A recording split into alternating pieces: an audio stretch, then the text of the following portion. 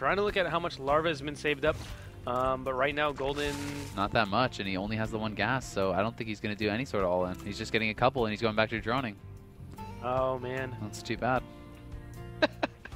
And right now we do see Stims starting for MVPDream as finally adding on those second and third barracks. But that third CC is about to finish. He's still only got those 2 Marines and the bunker at the natural. Yeah, I mean, this is what I'm talking about. It's 7 minutes. This is when he starts building units. And he's scouting with his first 2 Hellions at 7 minutes. Yeah, it's like, this is what he does, man. And it's like, you have to punish stuff like this. It doesn't matter how good you are. It doesn't matter what Zerg you are. If you let, an amazing Korean Terran like this, really such a fantastic player, get away with a build this greedy, he's just going to be so far ahead. And it's like, as long as he plays, pretty okay, as long as he plays even with you, he's going to win because he has a big build order advantage. Yeah, I don't know why Golden is not just pressing forward. He sees what the build is. He sees the Reactor Hellions afterwards, and we actually have an Overlord Scout heading in towards the main. It sees the 3rd CC now, but we got 9 more drones on the way. So. Yep. So, I mean, we're going to be going into another game, and it's definitely Golden's doing a nice greedy build here as well. He has a good Harvester lead, 51 against the 38, but when you add in the 15 or so workers for the 3 orbitals, things are basically even. And I mean, double eBay once again going down, so Dream just does the same thing, tried and true, against this every single time, and why not? I mean, until it stops working, you shouldn't stop doing it. All right, and we do have the Baneling Nest as well as a double Evo Chamber coming up, so Golden trying to equalize here, but Hellions, thinking about darting into that 3rd base. Yeah, and I mean, had they gone up there, man, I think they could have done a lot of damage. I mean, they would have gone down eventually to those roaches, but there was just a queen, no spine crawlers available up there, and already Dream moving out, taking his 3rd. So his economy is really going to start booming here very fast, and this is when his production picks up, man. He's adding on additional racks. He's going to be getting for the 1-1 very quickly, and he's pushing forward to get that pressure on, and this is what I love about him. He's so greedy, but he just like puts on this pressure. He keeps his opponent on the other side of the map so they can't attack him. He's never really getting harassed at all because he's always in their face. Yeah, the control just allows him to act like he went for a much more aggressive build than he actually did, when in reality, that's all the units that he has.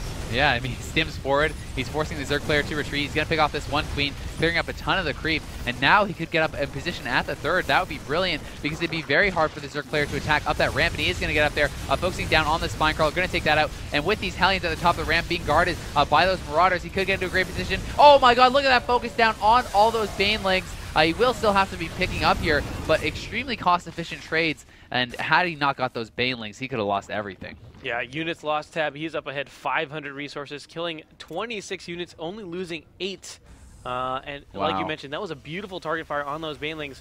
And a lot of times, oh, never mind, scratch that. We have a drop heading around the bottom right now. It is going to get scouted by an Overlord, but look at Dream already transitioning into that mass drop play, wanting to task that multitasking. Yeah, and he's so good with it. It's like, it's incredible. I mean, most of the players that you see drop this aggressively, their macro at home really suffers, man. Oh, nice transfuse there. It's going to keep the queen alive, force the pickup, and Dream will get out of there. But he's holding this position, and you can see, like, he's really not defended that well in most of the locations, but he's okay about that because he knows where his opponent's units are at all times because he always has them on the defensive. His opponent is so scared to move out, and he's going to move forward and take out a lot of those Zerglings. Yep, and in the meantime, he went back for that drop in the main, getting a couple extra kills as his opponent was focusing on that skirmish at the Zelnagi Tower. A couple of Banelings being worked, are going to snipe down. Nice little scan there going down. Going to be able to pick off those creep tumors as well. And again, he's establishing himself on the middle of the map. There is almost no creep spread for Golden here. I mean, as those units heading toward the 3rd again. Oh, was that a Burrow Baneling? What was that? No, it wasn't. It wasn't. It was just they just walked into him. Wow, okay. So they just kind of snuck up there. But yeah, it's like Dream had this tiny little army out on the map, and he's making the Zerg opponent run away from it when he has a massive army advantage just because he's so scared of his control. Dream is going to have to pick up here once again, but he will do that. And it's just like, even if Dream is losing the fight, he's being insanely cost efficient. Look at this. It's going to take a 4th CC. And the Zerg player still hasn't even gotten off his side of the map. He is now pushing forward to the Zelnaga watchtowers, but will be scouted. And at this point, Dream's production is becoming so nice that he's adding on additional 3 racks, going for 2-2, getting that 4th base. And it's just like, he's getting into his comfort zone, man. And this is never a place you want to let him get. Right, now we see the upgraded advantage actually is gearing to be in MVPDream's favor as our Zerg player, although he's getting attacks level 2, he's not getting any Carapace level 2. And so Dream, when Zerg has 2-2, he's going to have, or sorry, when Zerg has 2-1, he's going to have 2-2. And right now we do see that Pathfinder Glance is about to finish up, so those 6 Infestors might tip the balance in Golden's favor again, but supplies are still incredibly close here. And I mean, Dream could possibly snipe off this top hatchery. It's already at 500 HP. He has the dropship unloaded. If he stims in there, the 2 Marauders are going to do so much damage. He's going to definitely go for it. Look at how fast it's falling to the damage from the Marauders. I think he might get it. It's going to be close, down to 200 HP, 100 HP, 80 HP. He has to pick up the last Marauder, but he can definitely come back in later and snipe that off. And what can he really do about it? I mean, he doesn't have a ton of queens with extra energy or anything. He could throw 1 transfuse on it maybe, but look at this incredibly scary Terran Force now pushing around in the middle. The Infestors, though, looks like, oh, yes, he does get 1 Golden. A little bit lackluster there with his link count. Trying to defend those drops. Of course, all that focus is trying to be devoted to that top left hatchery. And then Dream taking advantage of that, just stimming a couple of Marauders forward, being able to pick up a couple of those Infestors. And right now, we do see the Hive almost finishing for Golden, as is that Spire. Ooh. But right now, he's just sitting pretty here. Nice little lung run by. He's going to do some damage there on the top right. But here comes another drop here from Dream. I think he's going to try to stim it and snipe that hatch, and he should be able to do so. Some extra transfuses are going down from the Queen, so nice move by Golden to do that. But really, Dream just needs to right-click on the hatchery. He's going to do so. I don't think there's any way he can stop it from going down. Here come all the units, but it's desperately way too late. He does kill it. He cleans up those Zerglings at the top, and the Planetary will finish up. Let's check the economic damage. 9 workers have been killed by Dream, only 3 from Golden. But here comes some Burrowed Infestors. Is he going to try to go for a big fungal on all these medevacs? He has to be careful about that. Yeah, that Infestor is very precarious. We see how many scans Dream is actually willing to use. And when you go for such a greedy opening, you can afford that kind of stuff. As we see another small Bile Force, it is going to pick up another Infestor. Huge advantage there. Oh, here comes Golden. Oh my goodness. The Hellions still in this fight, though.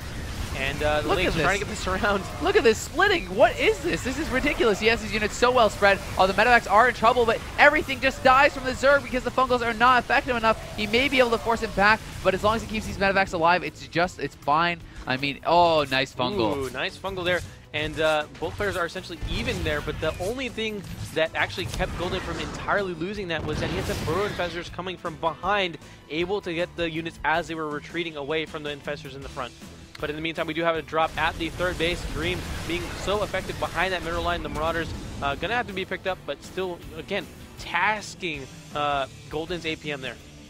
Yeah, it definitely is doing just that, man. Let's check the economy. Both players have an extremely strong economy. 77 Harvesters for the Terran player, 72 for Zerg. He's going to be dropping here at the natural, possibly going to snipe off a Queen, just to hurt that production even more. It looks like he will be able to get it, even keeping that medevac alive. Just such nice control. He has his 4th fully saturated. Possibly going to add on some CCs soon because he is getting 3-3. And looks like it is going to be lifting off relatively quickly, but look at this. Dream now giving himself a 176 supply to 159 lead. And now we see the Blue Flame upgrade on the way, as well as that 3-3. What is our Zerg at? Oh, we see a massive engagement by the 3rd, targeting down that hatchery. Once again, transfusion just not enough. But he will lose a lot of medevacs here, man. That's a costly trade for Dream. Not sure if it was worth it. We will have to see, but at the same time, there's still these double dropships in the main. He's at a supply deficit now. Do you think that was worth it? I mean, he really had his medevac count totally reset. He lost almost 6 medevacs there. I don't know. It's going to be close. I mean, we do have Golden finally morphing those Broodlords, but taking out the extra production of that hatchery is going to be oh so nice. Also, denying the extra gases coming up is really important because he has done a really great job of narrowing down that Infestor count. Yeah, I mean, here comes another double drop to the top left. I'd love to see MVP's Dream taking another base, and he is going to send up that SCV to the top right, it looks like, and finally do that. Going to be dropping down here, clearing up some of the creep, possibly going to try to stim in and go for that hatchery because there is no response to these units, and he is going to be able to get this top left hatchery for sure. The units are just now arriving, but I think it's going to be too late. This bio does so much DPS. He is focusing down on it. It will fall. And now we see our Zerg back to 2 essentially bases. The main is mined out. The natural barely mining. It's getting really sparse. We see a couple mineral patches about to disappear here. And Dream, he's established himself. We do have a couple infested Terrans harassing in the main, but looking there, we also see the starports coming up for him. Wants to prepare for those Broodlords. And scanning his own main. Does not find the infestors. Yeah, I think he killed one. He was just unsure if there was others still hidden around. He wanted to be sure about that. He does find the last one. Oh no, wow, he's able to sneak away with this. Look at this one. He's going to be able to now harass the 3rd, so that's pretty sneaky Infestor. Already up to 7 kills. I'd love to see the upgrades finish out here for our Zerg player, though he wants to still get that armor for the ground weapons, or ground armor rather. Yep, and right now we do have Dream going into that textbook, all the upgrades, getting weapons level 1 for his Vikings, adding on 2 additional Ghost Academies, and that last command center about to finish in the top right. Yep, another drop moving out here. It's just 4 Marines available, but 5 Ghosts on the way. 2 more Ghost Academies, getting cloaking. He's already started, upgrading his air weapons. He added on additional starports, so he's preparing everything. We have some little posturing here around in the middle. The Vikings are being added on. He has this top right base as well now. He could even secure this top pocket expansion if he wants. And this is kind of the split map situation that Zergs kind of fear, because once the Terran establishes the expansions, both the pocket expansions, you could just use them as a staging ground, use those Xel'Naga watchtowers to push forward and continuously deny both of these 2 expansions. Yeah, and a lot of times you bring up how tanks are so good with these close positions with those pocket expansions, but it looks like he's just going to be using nukes again. Yeah. To use that range to deny those expansions from actually being able to mine. It looks like that nice blue flame Hellion flank as a Xel'Naga, able to take down some of those links from GoldenLight.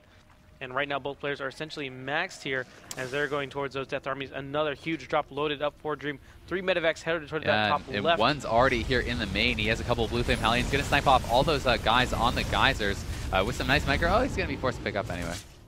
Yep, he does see that Greater Spire. That research for +1 air carapace is now finished.